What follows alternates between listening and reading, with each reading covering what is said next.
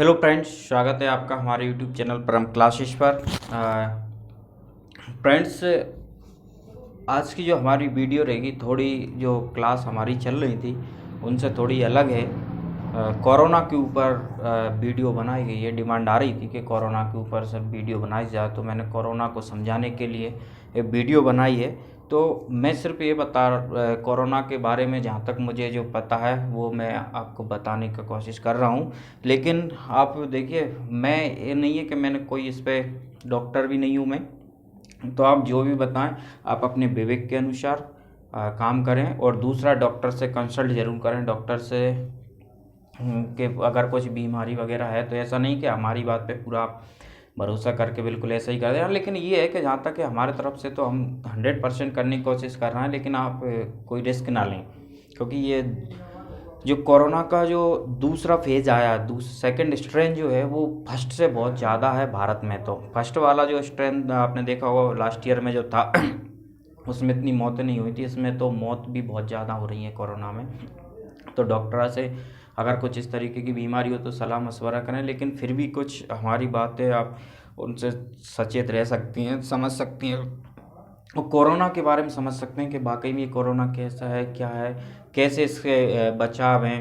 ये बचाव भी हम समझ सकते हैं, और कैसे ये अटैक करता है, कैसे इसके क्या क्या इसके लक्षण हैं, अ, किस अंग को ये प्रभावित करता है, क्यों करता है, ये सब हम इसमें समझेंगे वीडियो में। और फ्रेंड, आज के समय में जो सबसे ज़्यादा जो डेथ हो रही हैं, तो वो कहीं ना कहीं मुझे लगता है कि उससे डर से ज़्यादा हो रही हैं। क्योंकि लोगों के अंदर डर बहुत बड़ा बैठ गया है। क्योंकि डर जब हमारे अंदर आता है, हमारे शरीर में डर बैठ जाता है, तो हमारी जो इम्यूनिटी पावर जो रहती है, हमारा शरीर में बहुत पावर है। ऐसी बात नहीं, अच्छी अच्छी बीमारियाँ खुद स्वतः ही ठीक हो जाती हैं। लेकिन क्या है, आज के टाइम में लोगों के अंदर डर बहुत ज़ोर से हो जाता है। कोई भी देखिए, हर चीज़, अगर कोई बीमार हुआ है, किसी को फीवर आया है, खांसी हो रही है, जुकाम हो रहा है, तो ऐसा नहीं कि उसको कोरोना ही हो गया होगा। वैसे नॉर्मल बुखार भी हो जाते हैं, टाइफाइड का बहुत चल रहा है। तो उसमें ही क्या होता है कि लोग बाग डरने लगते हैं, किसी को हो जा रहा है मुझे कोरोना ही तो नहीं होगा। तो डरने के कारण हमारा इम्यूनिटी पावर और कमज़ोर हो जाता है। उससे भी मुझे लगता है कहीं ना कहीं ये साइलेंट अटैक वगैरह जो आ रहा है नए नए लड़कों को, तो कहीं ना कहीं इसका प्रभाव ज़रूर पड़ रहा होगा, ऐसा मुझे लगता है। अब है कि नहीं, वास्तविकता ये तो नहीं है, लेकिन मुझे लगता है यहाँ तक ऐसा ही है। तो आप इस टाइम ऐसा नहीं, अगर कुछ फीवर वगैरह कुछ आ गया, घबराएं नहीं, बिल्कुल धैर्य रखें और पॉजिटिव सोचें। आजकल क्या इधर उधर की न्यूज़ वगैरह देख के हमारा मनोबल हम तोड़ रहे हैं, तो ऐसा ना करें। देखिए, ये है कुछ समय के लिए, ऐसा नहीं है कि चलता ही रहेगा। पहले भी आया, 1920 में भी आया था, और इस पे जो फ्लू आया था, और उससे पहले भी आए, तो हैजा वैजा कई ऐसी वायरस बीमारियां फैली हैं। तो ऐसा नहीं इनका अंत ना हो, अंत भी होगा और ठीक भी होंगे लोग। बस आप पॉजिटिव सोचें और थोड़ा बचाव जरूर करें आप इसमें। तो पहले मैं आपको एक थॉट बताता हूँ कि prevention is better than cure. पे इस फॉर्मूले को, इस थॉट को आज हमें ज़रूर अपनाना है कि prevention is better than cure. Prevention means होता है रोकथाम, बेटर है किससे, उपचार से। आज हम इलाज करा रहे हैं, उससे अच्छा है कि हम उसकी रोकथाम करें, उससे बचाव करें कोरोना से, तो हम बेटर रहेंगे। उपचार से ज़्यादा हमें हमारा बचाव है, तो हम सुरक्षित हैं। तो फ्रेंड्स, आप सुरक्षित रहें इस समय। और मास्क है, हैंड सैनिटाइज है, और लोगों से दूरियां रखें। देखिए, आज ऐसा समय है कि इस टाइम हम भीड़ भाड़ वाले इलाके में बिल्कुल ना जाएं। इमरजेंसी काम हो तभी हम घर से बाहर निकलें, नहीं अपने घर पर रहें, फैमिली के साथ रहें, सुरक्षित रहें। ठीक है फ्रेंड्स, तो हम थोड़ा कोरोना के बारे में समझते हैं, कोरोना कैसा हैगा, क्या क्या हैगा। तो देखिए कोरोना जो है, तो पहले तो हमें ये समझने पड़ेगी कि जो कोरोना है वो आरएनए वायरस हैगा। ये देखिए, हमारे शरीर में डीएनए रहता है ना। और कोरोना वायरस जो बना है वो किससे, आरएनए का हैगा। हमारे में डीएनए डबल हेलिक्स रहता है और ये सिंगल हेलिक्स का हैगा, है ना। आपने देखा होगा इस तरीके द्विकुंडलित जो डीएनए होता है, तो ये हमारे शरीर में है, और ये आरएनए का हैगा। ये कोरोना जो वायरस है, अधिकतर मोस्टली वायरस आरएनए के ही रहते हैं, है ना। तो ये आरएनए का सिंगल हेलिक्स का, ठीक है।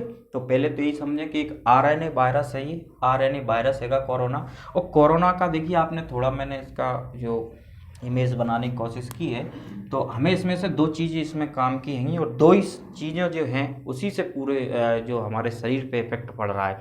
तो पहली जो है, देखा होगा आपने, इसका इमेज देखा होगा, उसमें जो बड़ी बड़ी सी इस टाइप की ये है ना लगा रहता है, इसको बोलते हैं स्पाइक प्रोटीन। ये बहुत मेन है। स्पाइक प्रोटीन लगा रहता है उसके ऊपर, आपने देखा गोल, उसके ऊपर एक कांटे से बड़े बड़े स्पाइक प्रोटीन, ये छोटे इनके काम के नहीं है, लेकिन ये हैं स्पाइक प्रोटीन, इनको बोलते हैं स्पाइक प्रोटीन। और इसके जो अंदर भरा रहता है वो रहता है आरएनए। वैसे ये दो ही महत्वपूर्ण हैं। अब ये दो क्या काम करते हैं उस बात को हम समझते हैं। देखिए, तो स्पाइक प्रोटीन और आरएनए। स्पाइक प्रोटीन, जैसे अब ये कोरोना का जो लोगों को होता है उसमें क्या रहता है कि जो इस कोरोना के जो सिम्टम्स हैं वो लोगों में दिखाई पड़ते हैं, तो वो हम समझेंगे कि क्या क्या उसके लक्षण हैं इसके। पहले तो हम ये पढ़ते हैं कि इनको क्या रहता है कि जैसे हम किसी व्यक्ति को कोरोना पॉजिटिव है वो अब उसके अंदर से ये उसके मुंह से या छींकने करने में वो निकले, तो ये क्या होंगे, अब वो हमारे जैसे कोई भी व्यक्ति उसके संपर्क में आ गया तो उसके अंदर जाएंगे, है ना।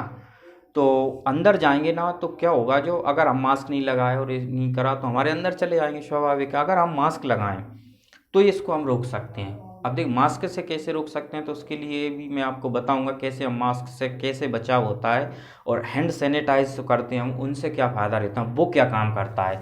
तो पहले हम इसको समझते हैं। ये अंदर जाएगा, हमारे अंदर जाते हुए ये क्या करता है, जैसे पहले मुंह से अंदर हम सांस के अंदर जाएगा हमारे, तो ये सबसे पहले गले में रहता है, तो लगभग शायद 4 से 5 दिन तक भी हमारे गले में रहेगा। इसलिए हम कहते हैं कि हमें क्या करते रहना चाहिए, कोई अभी इस समय हमें गर्म पेय पदार्थ जो है वो लेने चाहिए, जैसे काढ़ा, है ना, हल्दी वाला, गर्म हल्दी वाला दूध में कह रहा हूँ, सब प्रत्येक व्यक्ति को अभी डेली लेना चाहिए, है ना। कम से कम दिन, अगर ज़्यादा ना हो तो एक बार तो ज़रूर ले। अब क्या रहेगा, अगर मान के चलो आपके किसी के भी व्यक्ति के टच में अगर ये कोरोना आया, तो कोरोना पहले आएगा तो गले में रहेगा, अभी हमें समझ में नहीं आएगा कुछ। तो अभी हम अगर डेली लेंगे, अगर बाई चांस आ गया होगा, तो मैं अगर डेली पेय पदार्थ गर्म ले रहा हूँ, तो गर्म क्या करेगा कि गर्म हमारे जो अगर गले में होगा तो वो गर्म के कारण उसको अंदर ले जाएगा। अगर अंदर चला गया, देखिए अगर फेफड़े में नहीं गया तो हमें कोई प्रॉब्लम नहीं होगी, अभी अंदर जाएगा तो अंदर हमारे पेट में पहुंच जाएगा। पेट में देखा होगा हमारा हाइड्रोक्लोरिक जो अम्ल रहता है वो निकलता है, वो इतना खतरनाक रहता है कि वो इसको ख़त्म कर देगा, हाइड्रोक्लोरिक अम्ल। तो अब क्या रहेगा, ये अंदर चला जाएगा, इसलिए वो लेना चाहिए। अगर बाई चांस देखिए किसी व्यक्ति को पता ही नहीं चलता और वो कोई चीज़ भी नहीं ले, जैसे काढ़ा है, गर्म दूध है ना, गरारे जो कर सकते हैं हम उससे, और भी जो चीज़ें देखा होगा डॉक्टर्स जो बता रहे हैं वो चीज़ें अगर, है ना। तो अब क्या होगा, अगर ये बाई चांस देखिए यहाँ आएगा, अंदर नहीं गया, तो ये क्या होगा, फिर हमारे फेफड़े में चला जाएगा, नीचे उतरेगा, और नीचे जाते हुए फेफड़े में। अब फेफड़े में रिसेप्टर लगे रहते हैं। रिसेप्टर क्या होते हैं, फेफड़े के रिसेप्टर इसको बहुत जल्दी पकड़ लेते हैं, जबकि अंदर चला जाएगा तो हमारे ब्लड सेल्स वगैरह वो नहीं पकड़ेंगे इसको, लेकिन फेफड़े के जो रिसेप्टर रहते हैं ना, वो इसको, ये वाले को पकड़ लेंगे। अब ये जा रहा है और इसमें से ये मान चलो ये आएगा फेफड़े का, अब ये जाके इसमें टच होगा, तो ये इसने यहाँ पे पकड़ लिया और इसको अंदर ले गए फेफड़े में। इसलिए आपने सुना होगा फेफड़े में अटैक करता है, ठीक है। तो अब ये रिसेप्टर के माध्यम से ये कहाँ पहुँच जाएगा, फेफड़ा इसको पकड़ लेगा। अब फेफड़े के बाद फिर ये देखेगा, तो अब फेफड़े के बाद फिर ये अंदर जाएगा, अंदर हो जाएगा हमारे शरीर में, और फिर उसमें जो राइबोसोम, देखा होगा आपने, प्रोटीन की फैक्ट्री इसको कहते हैं राइबोसोम को। तो राइबोसोम जो प्रोटीन का निर्माण कर रहा था, तो ये न्यूक्लियस से अब वो अलग संपर्क में आके वहाँ पे पहुँच जाता है राइबोसोम। अपन तो सिर्फ ये समझते हैं कि ये राइबोसोम के पास पहुँचा, और राइबोसोम जो प्रोटीन बना रहा था, अब ये प्रोटीन को हटाकर अब क्या करेगा कि उसकी खुद की फोटोकॉपी करने लगेगा। मतलब ये क्या करेगा, अब यहाँ से निकला फेफड़े से और इधर राइबोसोम में पहुँच कर, अब राइबोसोम जो प्रोटीन बना रही थी, प्रोटीन की जगह क्या बनाएगी, ये कोरोना के कण बनाने लगेगी, कोरोना वायरस को इसके बच्चे बनाने लगेगी, मतलब इसके जैसे, और इसकी फोटोकॉपी होने लगी, और कोरोना वायरस की जो वायरस था वो हमारे शरीर में अंदर बढ़ने। अब देखना हमारी मशीन क्या करने लगी, हमें क्या पता, प्रोटीन राइबोसोम जो प्रोटीन का निर्माण कर रही थी, अब उसको नहीं पता कि क्या बना रहे, उसके पास तो जो आया वो बनता है, इसने हटा दिया प्रोटीन को, अब अपनी जगह ये खुद की संख्या बढ़ा रहा है। अब इसकी संख्या बढ़ाएगी, कौन बढ़ा रहा है, हमारी बॉडी इसकी संख्या बढ़ाने लगी। अब इसकी संख्या बढ़ी, हमारे जो एंटीबॉडी शरीर में इम्यूनिटी सिस्टम है, अब वो क्या करेगा, इसको देखेगा और ये तो नया आया हमारे, ये कौन आ गया शरीर में, तो वो इससे मार धाड़ करेगा। अब मार धाड़ लड़ेगा, इससे लड़ेगा तो अब इसको मारेगा करेगा, तो इसी से क्या होने लगेंगे, फिर हमें लक्षण दिखाई देने लगते हैं फ्रेंड्स। फिर कोरोना के हमें लक्षण पता चलेगा, और मार तो हमें क्या होगा, अब मार धाड़ चढ़ेगी तो हमें क्या होगा, उसमें फीवर आने लगेगा। तो इसके लक्षण रहते हैं कि बहुत तेज एकदम से बुखार आने लगेगा, हमें खांसी उठने लगती है, क्योंकि सांस लेने में फिर तकलीफ आने लगती है, सांस लेंगे उसमें तकलीफ आएगी, खांसी उसने उठने लगेगी, 4-5 दिन के अंदर में ऐसी स्थिति बनने लगती है। अब फिर इसमें एक और क्या रहता है कि हमारी जीभ जो होती है वो उस पर भी, इसको भी प्रभावित करती है, और सूंघने की जो शक्ति है वो भी कम हो जाती है। तो इसमें बहुत तेज़ बुखार आ जाएगा, सिर दर्द होने लगेगा, सूखी खांसी चलने लगेगी, इसमें बलगम नहीं होगी, सिर्फ सूखी खांसी चलेगी बहुत तेज। दूसरा कि सुगंध, हम जो सुगंध लेते हैं, खुशबू लेने की क्षमता हमारी खत्म, हमें समझ में नहीं आएगी खुशबू, और जीभ में हम कुछ खा रहे हैं तो हमें टेस्ट समझ में नहीं आएगा। तो इस तरीके से ये कम पहुंच गया हमारे शरीर में, और ये इसके लक्षण दिखाई देने लगेंगे हमें।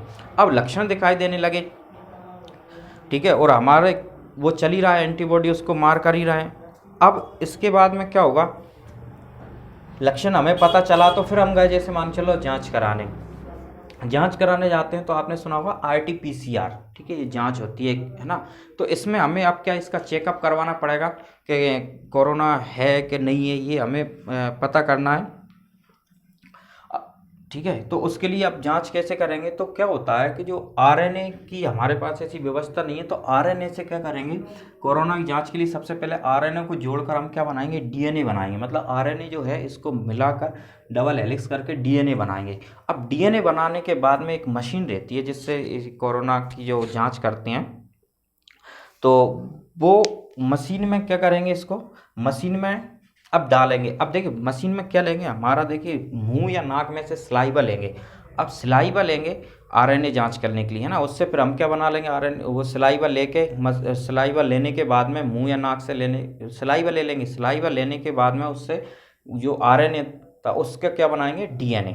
अब DNA बना के अब उसमें जो मशीन रहती है RT-PCR जो जांच करने वाले, उसमें डालेंगे, और उसमें उसको क्या करेंगे, उसकी जो साइकिल, इसको लिए बोला है, इसको साइकिल थ्रेशोल्ड है, ठीक है, थ्रेशोल्ड है ये, है ना।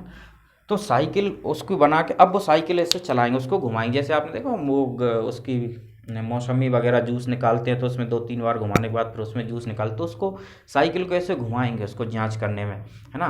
तो जांच करेंगे तो उसमें घुमाते जाएंगे। देखिए अगर मान चलो 5 बार घुमाने पे ही पता चल गया तो उसको तुरंत कोरोना के, हाँ, कोरोना पॉजिटिव हो जाएगा। अब उसको घुमाते जाएंगे, कब तक चाहे तो उन्होंने डॉक्टर ने इसका एवरेज बना लिया कि कम से कम 35 बार तक अगर घुमाने में आ गया तो उसको पॉजिटिव की रिपोर्ट दे देंगे कि ये कोरोना पॉजिटिव हो गया। अगर 35 बार घुमा रहा है फिर भी नहीं आया तो फिर उसको नेगेटिव करार दे देंगे। तो आप समझ गए हो कैसे करेंगे। अगर कोरोना के हमें अंदर चला जाएगा, ये मारदार करेगा, उससे हमें लक्षण पता चले, हम चेकअप करवा रहे हैं तो उसको वो साइकिल उसको चला रहा है, अगर हमारे अंदर गया है कोरोना हैगा तो उसमें 35 बार में हमें पता चल जाएगा, है ना। अगर नहीं है, हो सकता है हमें वैसे ही नॉर्मल बुखार आ रहा हो, है ना, टाइफाइड वगैरह ऐसा कुछ, और हम जाँच, ये नॉर्मल में हम जाँच करने, अगर इसमें नहीं आया तो फिर हमारी रिपोर्ट नेगेटिव दे दी जाएगी। हाँ, ठीक है।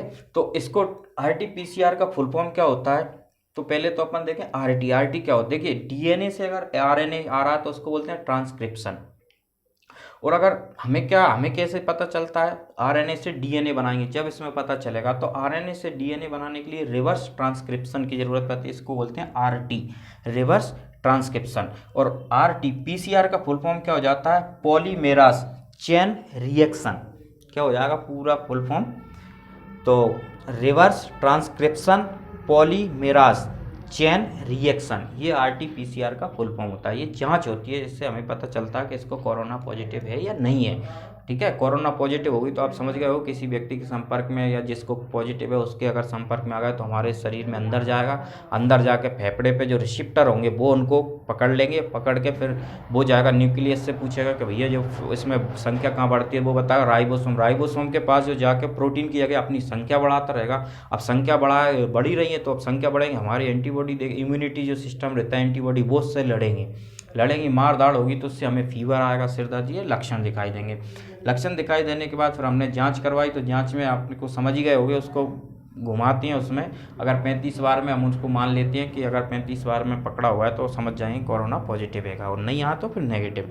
तो आप ये समझ गए कि कोरोना के लक्षण, और ये RNA DNA समझ गए होंगे आप, इसका RT-PCR समझ गए होंगे, RT-PCR में कैसे चेकअप करते हैं।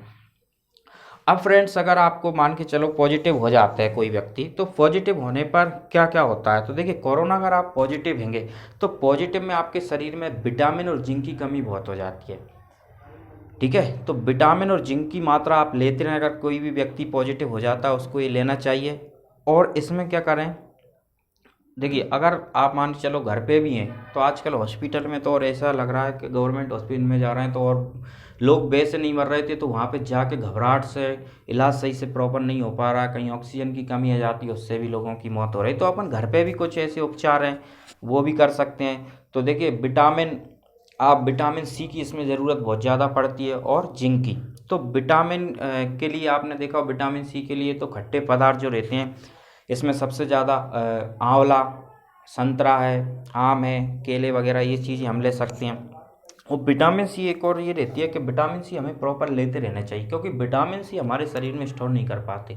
आपने देखा होगा शराब पीने से विटामिन सी खत्म हो जाती है, पेशाब कर आए टॉयलेट के माध्यम से विटामिन सी खत्म हो जाती है, भोजन को हम छील लें उबाल लें तो उससे भी क्या होती है विटामिन सी कमी हो जाती है। और मांसाहारी भोजन होता है उसमें विटामिन सी मिलता नहीं है हमें।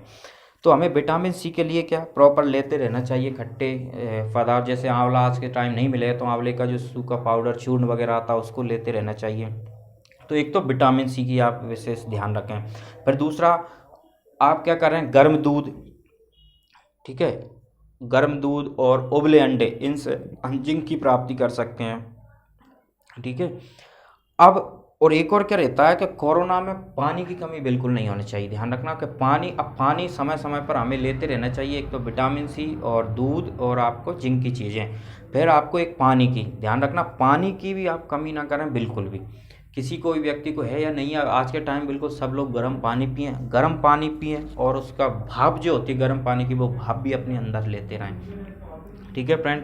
तो और एक और हम कर सकते हैं कि इसमें गरारे जैसे नमक वमक डाल के गरारे करें, अगर कहीं यहाँ भी हो तो आराम से निकल जाए। दूसरा कि योगा करें जिससे ऑक्सीजन की कमी नहीं है, आजकल देख रहे हैं ऑक्सीजन की बहुत कमी आ रही, तो गरारे योगा करते रहें।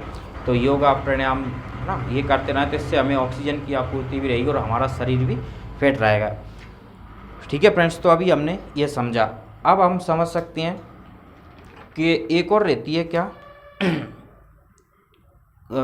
इसमें अगर देखिए अगर मान चलो आपको किसी भी व्यक्ति को हुआ है तो घर में आप ऑक्सीजन और पल्स की वो जो पल्स कितनी चल रही है वो भी हम समझ सकते हैं। वो मैं आपको पूरा डायग्राम वगैरह उनको बना के पूरा समझाता हूँ।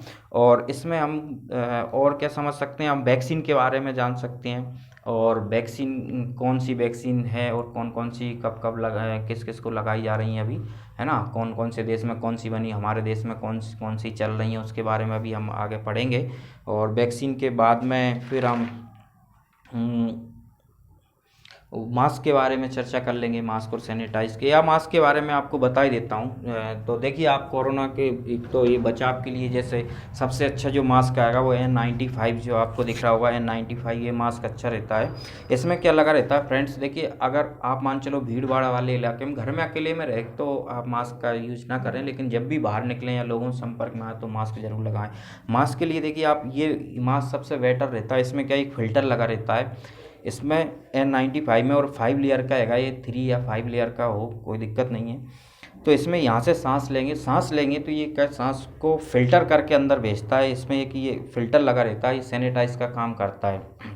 अब आप समझ रहे हो सैनिटाइज से कंफ्यूज हो गए कि सैनिटाइज ऐसा क्या करता है, तो मैं आपको उसके बारे में ही बताऊंगा। तो ये अंदर जाएगा, सांस ले जाएगा और इसमें से हम सांस छोड़ेंगे तो इसमें ये सांस को बाहर कर देता है, ठीक है, सांस को बाहर कर देगा। सांस अगर आप मान चलो N95 अगर नहीं मिल पा आप नहीं लगा पा रहे तो कोई दिक्कत नहीं है, आप साधारण भी लगा सकते हैं। एक आपने देखा हो सर्जिकल मास्क आता है ना, वो सिंपल वाला 5-10 रुपये का आ जाता है, तो उसकी वैलिडिटी थोड़ी कम रहती है, इसकी वैलिडिटी ज़्यादा समय तक इसका हम यूज़ कर सकते हैं। इसके बाद भी अगर मान चलो मास्क नहीं भी तो आप रुमाल वगैरह है या टॉवल वगैरह गमछे वमछे उससे भी कर सकते हैं। मतलब सीधा सा ये है कि हमारे जो बाहर जो फैल रहे हैं कण वो अंदर नहीं आए। अब अंदर अपन देखो मास्क क्या कर सकता है, मास्क के जो स्पाइक प्रोटीन है इनको तोड़ देगा।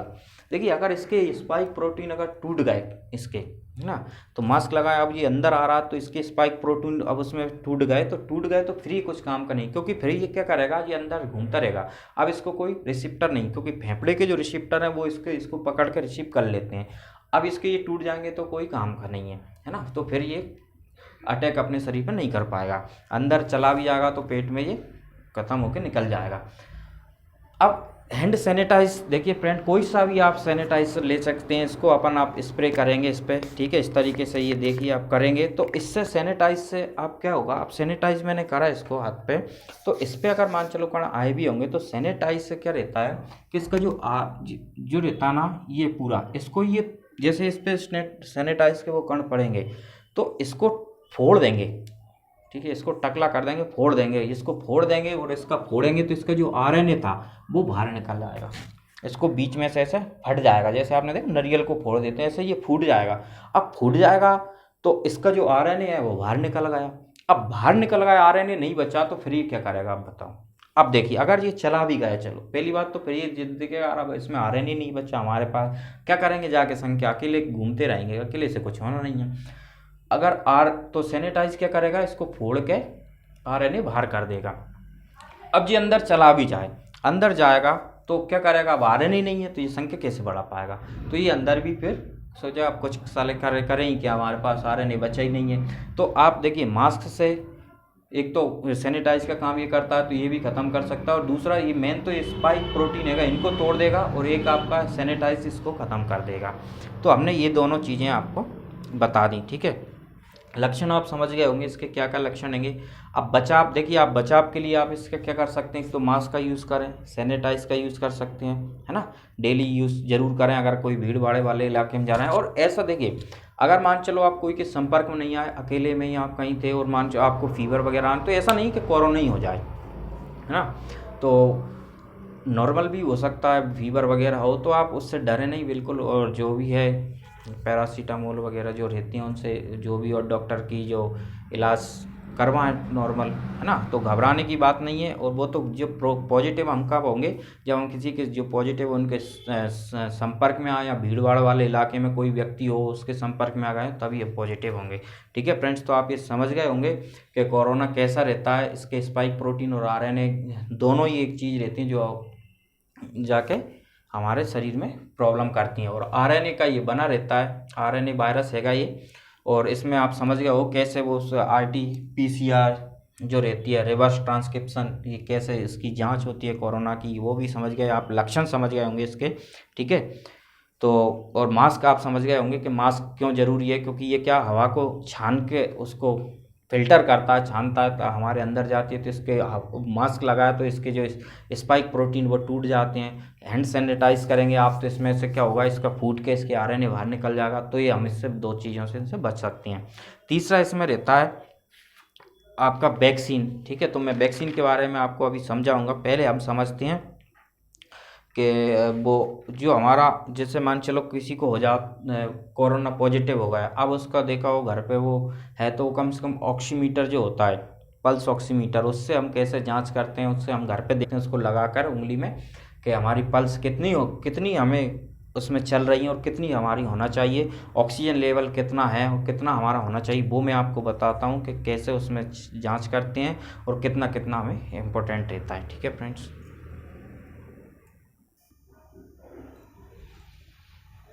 तो फ्रेंड्स हम देखेंगे पल्स ऑक्सीमीटर जो आता है वो कैसे काम करता है और उसका क्या क्या मायने रहते हैं, हम उसको समझते हैं, उसके जो हमें दर्शाता है उससे हम समझ सकते हैं कि क्या क्या दर्शा रहा है वो। तो पल्स ऑक्सीमीटर के इसमें क्या रहता है, एक तो अल्ट्रा वायलेट जो रेज होती हैं वो हमारे ऑक्सीजन लेवल को हमें पता चलता है। इसमें अब हमने यहाँ लगाया जो हाथ से, जिससे हम जैसे मेरा दाना हाथ चलता है तो इसमें लगाऊंगा मैं तो ये सही बताएगा। तो ऑक्सीमीटर देखा होगा, एक छोटी सी इतनी बड़ी डिब्बी टाइप की आती है, मार्केट में अवेलेबल है। आज तो महंगी कर दी, वैसे तो 500 रुपये के हिसाब से मिल जाती थी, जिससे हम पल्स और ऑक्सीजन लेवल घर पे ही माप सकते थे, लेकिन आजकल महंगी हो गई है वो, आप समझ सकते हैं डिमांड ज़्यादा हो रही है उसकी।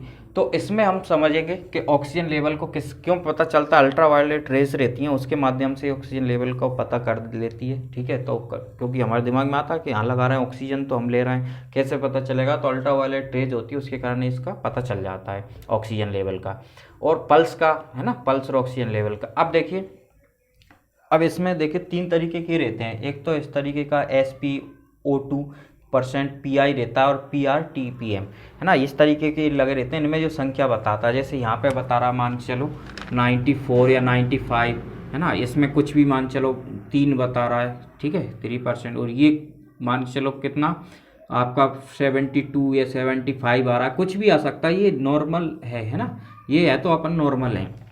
अब देखिए इसको बोलते हैं सैचुरेटेड पल्स ऑक्सीजन परसेंटेज, ठीक है। तो सैचुरेटेड पल्स ऑक्सीजन परसेंटेज, जिसको अब शॉर्ट में SpO2%, मतलब इस स्वस्थ मनुष्य से आपका, अगर मैं सही हूँ तो मेरा 94 से कम नहीं होना चाहिए, तो मैं ठीक है। हाँ लेकिन अब देखिए आप घबरा नहीं, 94 से लोगों का आज बहुत कम हो रहा है, तो ऐसा नहीं है कि वो ज़्यादा कोई क्रिटिकल कंडीशन हो, लेकिन ये 94 के बाद अगर आपका 94 से 80 के 85 86 ऐसा कुछ आ रहा है, मतलब 94 से अगर आपका लेवल नीचे आ रहा है तो आप ज़रूर डॉक्टर से कंसल्ट करें। डॉक्टर से कंसल्ट करके दवा वगैरह ले सकते हैं, है ना। ऐसा नहीं है कि आपको ऑक्सीजन की ज़रूरत हो कि नहीं ऑक्सीजन ही लगाया जाए वो वाला, है ना। तो इसमें क्या हो, लेकिन डॉक्टर से 94 के बाद आपको कंसल्ट ज़रूर करना चाहिए डॉक्टर से, है ना। अब मान के चलो, और ये क्या रहती है पल्स रेट। अब हमारी जो पल्स रेट होती है, आपने देखो हार्ट बीट 72 टाइम्स, है ना। तो अगर पल्स रेट जो होती है वो 60 से लेकर 90 के बीच में, 70 75 72 है 65, ये है तो हम बिल्कुल स्वस्थ हैं, है ना, फिर कोई ऐसी प्रॉब्लम नहीं है हमें। तो ये पल्स रेट होता है, ये वाला, ये ज़्यादा काम का नहीं रहता, इसको बोलते हैं परफ्यूजन इंडेक्स। पीआई का मीन्स होता है परफ्यूजन इंडेक्स, पीआई। ये स्वस्थ मनुष्य में 2 से लेके 20 तक रहना चाहिए वाली। ये देखिए कोरोना के लिए इम्पोर्टेंट नहीं है, ये सिर्फ ये बताती है कि हमारा ऑक्सीजन जो लेवल है, कि ऑक्सीजन जो कितने अंदर तक हमारे शरीर में, कहाँ के अंतिम कोशिका तक, कहाँ तक पहुंच रहा है, ये बताता है। वैसे ये अंतिम कोशिका तक पहुंचता है, कहाँ कितनी कोशिकाओं तक ये पहुंच रहा है। देखिए 2 से लेके 20 के बीच में हो, कोई प्रॉब्लम नहीं है, ठीक है। हाँ एक प्रॉब्लम है, अगर ये मान चलो 0.5 से अगर नीचे आ रहा है, इतना रह रहा है, तो फिर ये प्रॉब्लम का कारण बनता है, ये नहीं आना चाहिए हमारा, ठीक है।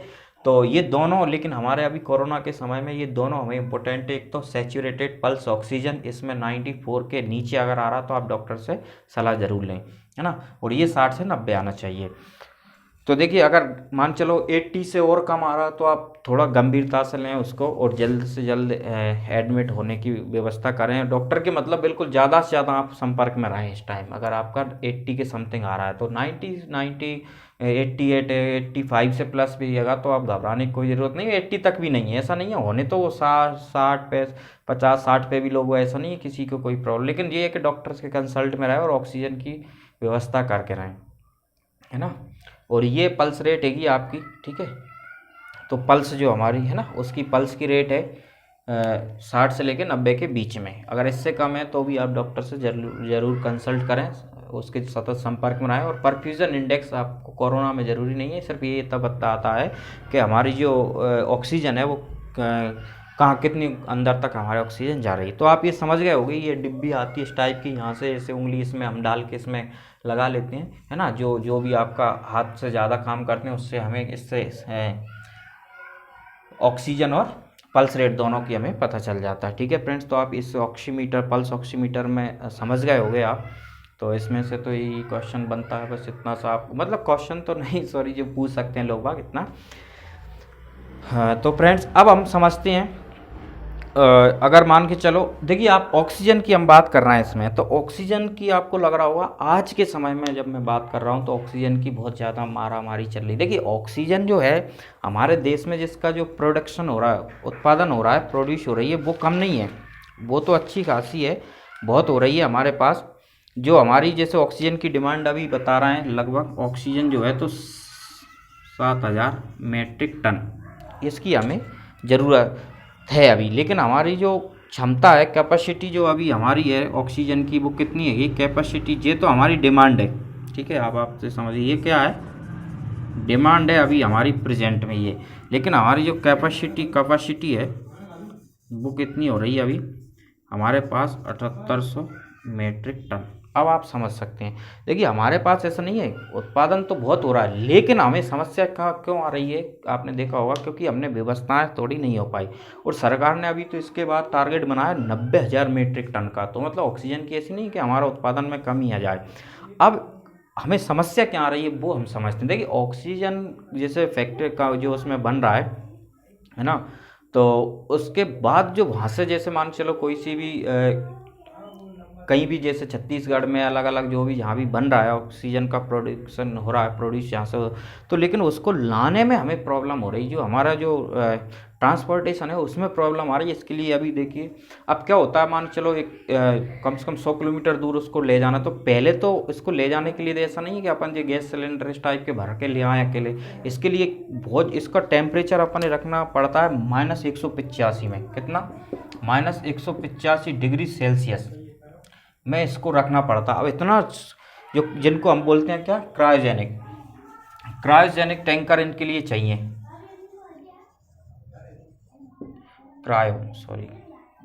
ठीक है। तो इसके लिए क्या चाहिए, क्रायोजेनिक, ठीक है, क्रायोजेनिक क्या चाहिए, टैंकर, क्रायोजेनिक जी इसके लिए क्या चाहिए, टैंकर चाहिए, क्रायोजेनिक टैंकर में अब कितना रहता है 150, अब हर कहीं के में तो ला नहीं सकते, तो क्रायोजेनिक जो टैंकर हमें चाहिए। तो क्रायोजेनिक टैंकर कैसे, अब टैंकर क्या रहता है, क्रायोजेनिक, इसमें एक टैंकर के पीछे को क्रायोजेनिक जो लगा रहता है, मतलब उसमें ये बहुत टेम्परेचर ठंडा करके रखता है, क्योंकि जब इसको ठंडा करेंगे तब ये लिक्विड फॉर्म में रहेगी, तो बड़े बड़े टैंकर की ज़रूरत हमें रहती है। तो क्रायोजेनिक टैंकर इसको ले जाएंगे।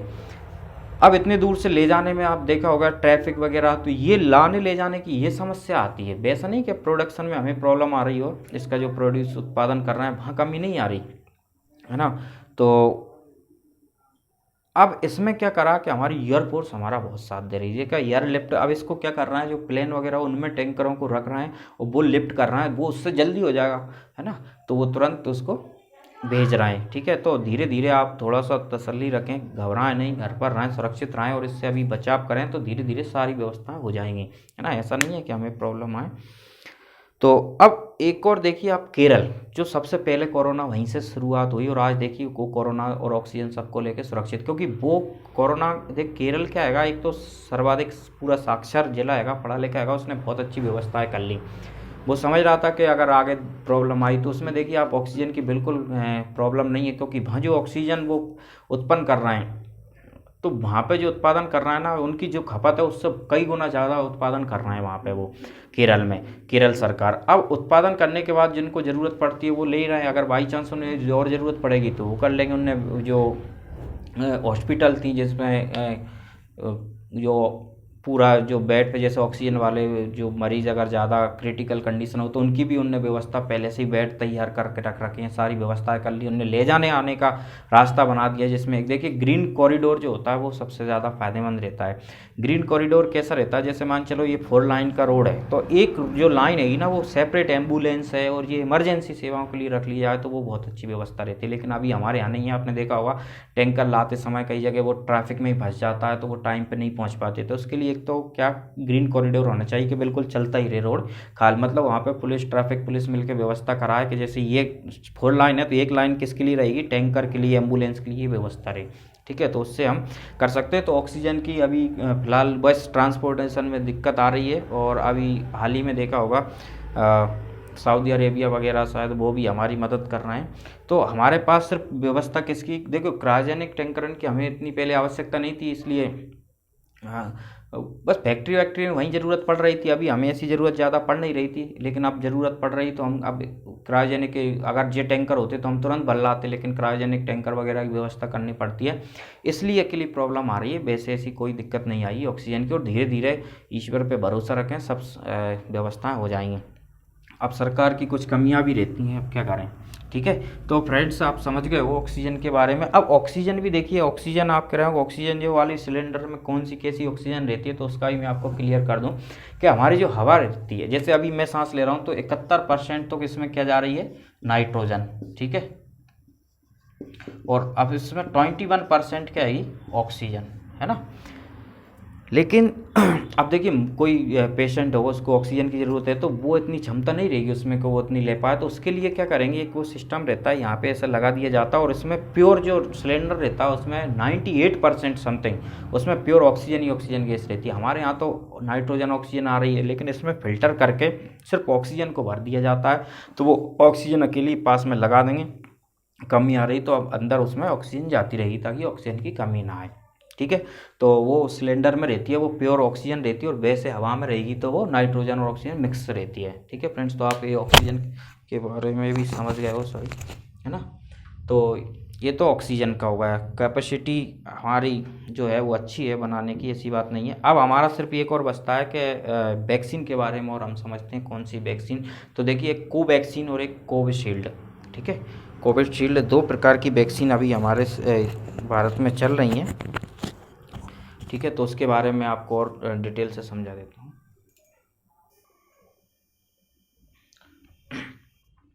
तो फ्रेंड्स, हम वैक्सीन के बारे में समझते हैं। वैक्सीन क्या है, कौन कौन सी वैक्सीन लग रही है, कौन कौन से देशों में कौन कौन सी वैक्सीन बनी है। तो देखिए, एक जैसे अमेरिका की थोड़ी बात कर लेते हैं। अमेरिका में बनी थी फाइज़र, एक फाइज़र नाम से वैक्सीन थी, लेकिन वो उसके साइड इफ़ेक्ट ज़्यादा देखे गए तो उसको ज़्यादा मान्यता नहीं मिली है ना। और एक रूस में बनी थी स्पुतनिक नाम से, जो रूस में चल रही है, वो भी अच्छी है और रूस से हमारा मदद भी कर रहा है। जबकि हमारी और प्रॉब्लम आ रही है कि जो वैक्सीन सीरम जो बना रही है, उसके लिए जो शायद ढक्कन वगैरह उसमें वो बनाने के लिए जो चाहिए, वो हम अमेरिका से निर्यात करते थे। लेकिन अमेरिका ने ऐसे टाइम इमरजेंसी कानून है वहाँ पे, उसको लगा के देखा। ट्रंप ने भी रोक लगा दी थी और हमें उम्मीद थी कि बाइडेन साथ देंगे, तो बाइडेन ने भी उस पर लगा दिया है। तो उस पर जो पैकिंग में काम आता था, तो बाइडेन ने भी हमारा साथ नहीं दे रही अमेरिका। देखिए, जबकि हमारा जो पुराना दोस्त है रूस, वो आज हमारा साथ दे रहा है और उसने जहाँ तक हो सकती है हमारी मदद कर रहा है। और स्पुतनिक की भी हमें देगा वो, जिससे और भी हम ज़्यादा से ज़्यादा वैक्सीन को बढ़ा सकें। और वैक्सीन एक ऐसी चीज़ है जिसको लगने के बाद, देखो, इजराइल और एक और देश है, उसने तो हमारे अपने देश को फ्री, न्यूजीलैंड, और उसने तो कोरोना मुक्त कर लिया। दो डबल डोज लगा दिए। किसने? न्यूजीलैंड ने और इराक ने, नहीं सॉरी, इराक ने नहीं, क्या बता रहा हूँ, है ना। न्यूजीलैंड और जो हमारा एक देश है इजराइल, सॉरी, है ना। इजराइल और जो न्यूजीलैंड है, दोनों ने क्या कर लिया, इजराइल ने, और उन सबको वैक्सीन लगा दी और वो फ्री भी हैं, ठीक है। तो वैक्सीन के लोग बागों में आजकल एक भ्रम चल रहा है कि वैक्सीन लगाने के बाद मौत हो जाती है, लोगों की डेथ हो रही है, या फिर इसके बाद फीवर वगैरह आ रहा। तो देखिए, ये सब अफवाहों में ना जाएं। मेरे तरफ से तो ये कहना है कि वैक्सीन सुरक्षित है, वैक्सीन लगवाएं। देखिए, अब थोड़े बहुत तो, अब करोड़ों में अगर 10-20 लोगों की डेथ या कुछ हो जाती है, तो आप वो देखिए कितने लोगों की जान बच रही है उससे। वैक्सीन लगाने से क्या रहता है, मेरे हिसाब से तो वैक्सीन, या तो कोई प्रॉब्लम जैसे बीपी या कोई ऐसी समस्या होती है उस टाइम लग जाती है, या पहले से ही किसी को होगा, आप वैक्सीन लगी तो इतनी जल्दी थोड़ी इफेक्ट हो, 3-4 दिन में थोड़ी उसका काम करेगी, तो उससे डेथ हो जाती होगी। या लोगों को घबराहट या कुछ बीमारी, ये कारण हो सकते हैं। और फिर भी देखिए, आप विवेक से अपने से काम लीजिए। आप ये नहीं कि आप बिल्कुल मैंने कह दिया, आप बिल्कुल मेरी बात पे, हर बात पे, पहले आप खुद उस पर रिसर्च भी कर सकते हैं, देख सकते हैं कि वाकई सही है, और जो सही हो वो आप निर्णय लें। तो, है ना, मैं मेरे अनुभव से कह रहा हूँ कि वैक्सीन लगवाना चाहिए। अब हमारे जो एक और हमारे देश में जो दो प्रकार की वैक्सीन चल रही है, कोविशील्ड, और एक चल रही है कौन सी, कोवैक्सीन। और एक जो बनाई गई है वो बनाई गई है नोवावैक्स। ये क्या है, यूएनओ जो संयुक्त राष्ट्र संघ है उसने बनाई है, उसमें हमारा भारत का भी इसमें योगदान है। और ये अफ्रीका जैसे कोई जो गरीब देश हैं उनके लिए ये भी अच्छी कारगर है, लोगों को इससे भी लाभ मिल रहा है। तो ये गरीब देशों के लिए बनाई गई। और ये दो प्रकार की जो वैक्सीन हमारे में चल रही हैं, एक यूनिवर्सिटी ऑफ ऑक्सफोर्ड और एस्ट्राजेनेका ने मिलकर एक वैक्सीन बनाई है, जिसका नाम है भारत में जिसका नाम दिया है कोविशील्ड, ठीक है, कोविशील्ड, ठीक है। अब ये दोनों कोवैक्सीन और कोविशील्ड, इनको 3 से 4 डिग्री सेल्सियस में हम टेम्परेचर पे इसको रख सकते हैं। और कुछ जो और बाकी की थी ना, अमेरिका वगैरह, और इनकी तो बहुत ठंडे मतलब उसमें टेम्परेचर में रहेंगी, वो कम टेम्परेचर में, तो इनको आसानी से रखने की हमारे पास व्यवस्था है, रख सकते हैं। अब देखिए, हम समझते हैं कि कोविशील्ड किससे बनाई गई है ना, और कोवैक्सीन किससे बनाई गई। तो पहले तो इनको समझ लेंगे, फिर वैक्सीन के कैसे कैसे काम करेगी वो मैं आपको बात बताता हूँ।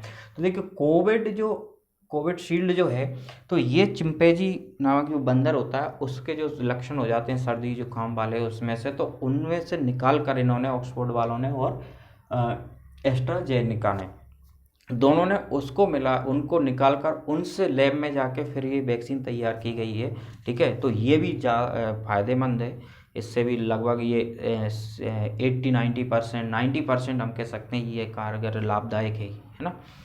तो कोविशील्ड, ठीक है, कोविशील्ड, इसके जो चिंपैंजी के जो सर्दी जुकाम के जो आनुवंशिक सामग्री निकाली और उनसे ये तैयार की गई है, क्योंकि हमारे उसमें मैच कर जाते हैं। तो कोविशील्ड के बारे में और भी हैगा बहुत कुछ, लेकिन अभी हम इतना कोई ज़रूरत नहीं है इससे।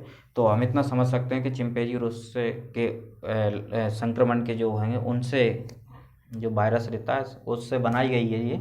और कौन कौन ने बनाई? यूनिवर्सिटी ऑफ ऑक्सफोर्ड और एस्ट्राजेनेका दोनों ने मिलकर बनाई, जो भारत में आई। अब भारत में इसका प्रोडक्शन कौन कर रहा? तो serum institute of Pune, serum जो है पुणे में, वो इसका प्रोडक्शन करेगी, भारत में वो बनाएगी, है ना। और ये आरएनए वैक्सीन हैगी, ये आपको याद रखना है, ठीक है। तो सीरम इसको प्रोडक्शन करेगी। अब देखिए आप भारत, ठीक है, ये भी लगाई जा रही, तो इससे भी कोई दिक्कत नहीं है आपको, चाहे ये लग जाए कोविशील्ड या कोवैक्सीन, दोनों से कोई प्रॉब्लम नहीं है और दोनों ही फायदेमंद हैं। और अपनी जो है कोवैक्सीन ये भारत में बनाई गई है। तो भारत तो देखो आप जानते हो जुगाड़ का देश हम कहते हैं। तो ये भारत की बायोटेक नामक जो है, भारत बायोटेक ने इसको, भारतीय बायोटेक जो है इसने इसका प्रोडक्शन किया, इसने इसको बनाया है कोवैक्सीन ने। अब भारत के जो हमारे साइंटिस्ट हैं उन्होंने दिमाग लगाया, क्योंकि अधिकतर देखा होगा जो टीके लगाए जाते हैं, वैक्सीन लगाई जाती है, वो जो बीमारी जो जैसे पोलियो का था, तो पोलियो किससे होता है? पोलियो नामक वायरस जो था उसी का कमज़ोर जो डैमेज करके उनको ही जो उसमें जो वायरस रहते हैं उन्हीं से वो तैयार की गई थी। तो ऐसी इसमें कोवैक्सीन में हमने जो कोरोना होता है, कोरोना देखा ये कोरोना है, तो उस कोरोना को ही लाए पकड़ के, कोरोना को लाए, जैसे ये कोरोना था, है ना। तो कोरोना में ये आरएनए भी था बीच में, अब इसको ही इन्होंने मारा, कूट के कूचा इसको, है ना, कमज़ोर कर दिया, मार के मृत कर दिया, मतलब इसको बिल्कुल इसकी बस की नहीं रही, कमज़ोर हो गया। अब हम ओरिजिनल कोरोना देखना, हमारे ओरिजिनल कोरोना लाए, उसको मारा करा और इसको मार कूट करके और क्या करा, उसी से लैब में और केमिकल वगैरह मिलू के और इसको तैयार कर लिया कोवैक्सीन। कौन से? अब देखिए वहाँ पे तो चिंपैंजी गुस्से बनाया था और हमने उस कोरोना को ही पकड़ के उसको ही मार काट उससे ही वैक्सीन तैयार कर ली।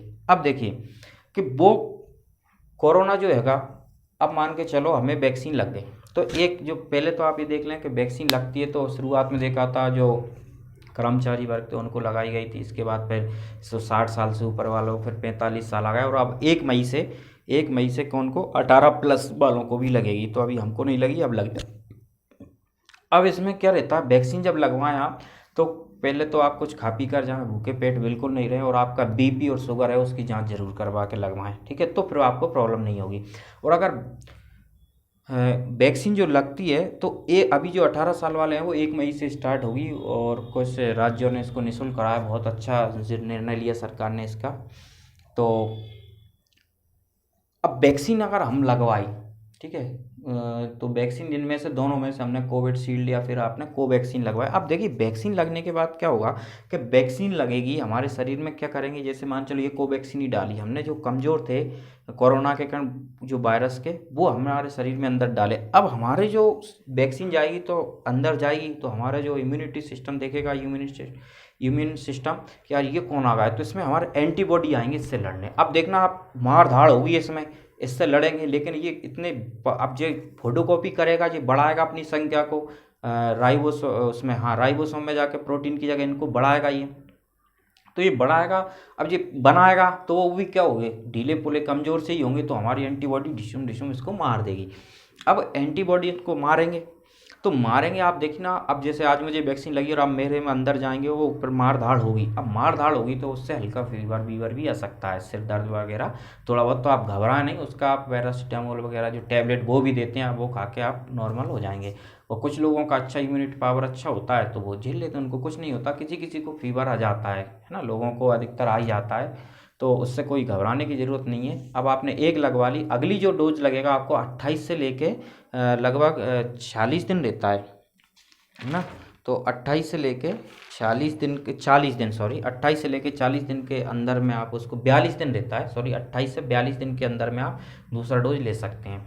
और भी आप डॉक्टर से कंसल्ट करें या वो वैक्सीन वाले बता दें, ये मेरा अनुभव बता रहा हूँ कि 28 से लेके 42 दिन तक का रहता है, उसके भीतर में आप दूसरा डोज लगवा लें। तो पहला डोज लगेगा, फिर दूसरा डोज। तो अब पहला डोज आपको लगा और आपके अंदर वो गए और हमारी एंटीबॉडी उससे मार धाड़ कर रही थी। अब उससे क्या कर रही, मार धाड़ कर रही है, तो हम उससे सीख गए कि यार ये कोई नया व्यक्ति हैगा, या जो हमारे एंटीबॉडी समझ गया कि यार ये कोई नया है और इसको हमें इस तरीके से हराना है, मारना है। अब इससे हम लड़ना सीख गए और एंटीबॉडी हमने बहुत सारे बना लिए कि यार जल्दी सब सारे इकट्ठे हो जाओ कि ये तो, और उसको घेर लिया हमने। अब जैसे ही क्योंकि ये भी बिल्कुल हूबहू था, जैसा कोरोना रहता बिल्कुल वैसा के वैसा ये था, लेकिन ये कमज़ोर था, इसको आसानी से मार सकते थे। ये ज़्यादा संख्या ही बढ़ा रहा था तो हमने मारधार कर दी इसके साथ। अब हम सीख गए, फिर दूसरा डोज भी लग जाएगा, है ना। और हम सीख गए अब कैसा कि अब जो जैसे ही कोरोना आएगा अटैक करेगा, हम समझ गए यार ये तो वो हैगा जिसको हम मार रहे थे, ये तो यार बढ़ाता है संख्या, तो हमारे एंटीबॉडी इसको मारेंगे, तो इसको अंदर फेफड़े में नहीं जाने देंगे, और इसको मतलब चारों तरफ से इसका जो स्पाइक जो प्रोटीन होता है उसको चारों तरफ से हमारे एंटीबॉडी घेर लेंगे, और उसको जो हमारे फेफड़े का जो रिसेप्टर होता है उस तक नहीं जाने देंगे। इसके बीच में ये घूमते रहेंगे, इसको बीच में लाते लाते फिर ये सताई धीरे धीरे क्या हो जाएगा, इसको वो ख़त्म कर देंगे, या फिर हमारे पेट में चला जाएगा। तो हाइड्रोक्लोरिक अम्ल आपने देखा वो बहुत खतरनाक हमारे पेट में जो रहता है वो इसको ख़त्म कर देगा। अब तो इससे आपको लग रहा है कोई प्रॉब्लम ऐसे नहीं होने चाहिए, है ना। तो आप समझ गए हो, चाहे आप दोनों में से कोई सी भी लग जाए, और अगर ऐसा और हो कोई कोविशील्ड और एक कोवैक्सीन और लगे तो और अच्छा है, या दोनों एक ही लग जाए, कोई उससे प्रॉब्लम नहीं है। आपका जो एंटीबॉडी एक्टिव हो रह जाएंगे, है ना, तो एंटीबॉडी उससे लड़ना सीख जाएंगे। अगर ओरिजिनल होगा भी तो आपको दिक्कत नहीं आएगी ज़्यादा, आप आराम से ठीक हो जाएंगे। अगर हो भी गया तो वैसे बहुत कम चांस रहते हैं कि होने की, अगर आप पॉजिटिव आ भी गए तो आप इसमें ज़्यादा प्रॉब्लम नहीं आएगी डेथ वगैरह की, ये यहाँ तक है कि ऐसा नहीं होगा। 99% तो सेकेंड डोज के बाद आदमी सुरक्षित रहा है, और ईश्वर करें ऐसे ही सुरक्षित बने रहें। तो आप समझ गए हो वैक्सीन से क्या फ़ायदा रहते हैं, ऑक्सीजन की कैसे पूरी। तो फ्रेंड्स देखिए, वैक्सीन कोई ऐसे नुकसानदायक नहीं है, लोगों की अफवाहें में ना आए, और मैं तो ये कहता हूँ अधिक से अधिक वैक्सीन का आप लगवाएं। वैक्सीन ही हमें बचा सकती है आज के समय पर। एक, हम सुरक्षित रहें, घर पे रहें। दूसरा, भीड़ भाड़ वाले इलाके में अगर गए हैं तो आप बिल्कुल पूरी सुरक्षा के, अगर इमरजेंसी है तो जाएं, और अन्यथा नहीं जाएं, और पूरी सुरक्षा के साथ जाएं। तो फ्रेंड्स, आज जो हमने वीडियो में समझा, तो आप घरेलू उपचार और इसके बचाव आप सीख गए होंगे। कोरोना के बारे में आप समझ गए होंगे। आरटीपीसी जो रहती है, पीसीआर, और पल्स ऑक्सीमीटर के बारे में मैंने आपको बताया। वैक्सीन के बारे में मैंने आपको बताया कौन सी, है ना। तो वैक्सीन आप लगवाएं बिल्कुल। तो फ्रेंड्स, आज के लिए हम इतना ही रखते हैं। अगर आपको हमारी वीडियो पसंद आए तो आप इसको लाइक करें और शेयर ज़रूर करें, ताकि लोगों को इसके बारे में पता चले। और आपने किसी ने अभी तक हमारे चैनल को सब्सक्राइब नहीं किया हो तो सब्सक्राइब करें, और सुरक्षित रहें। जय हिंद, जय भारत, थैंक यू।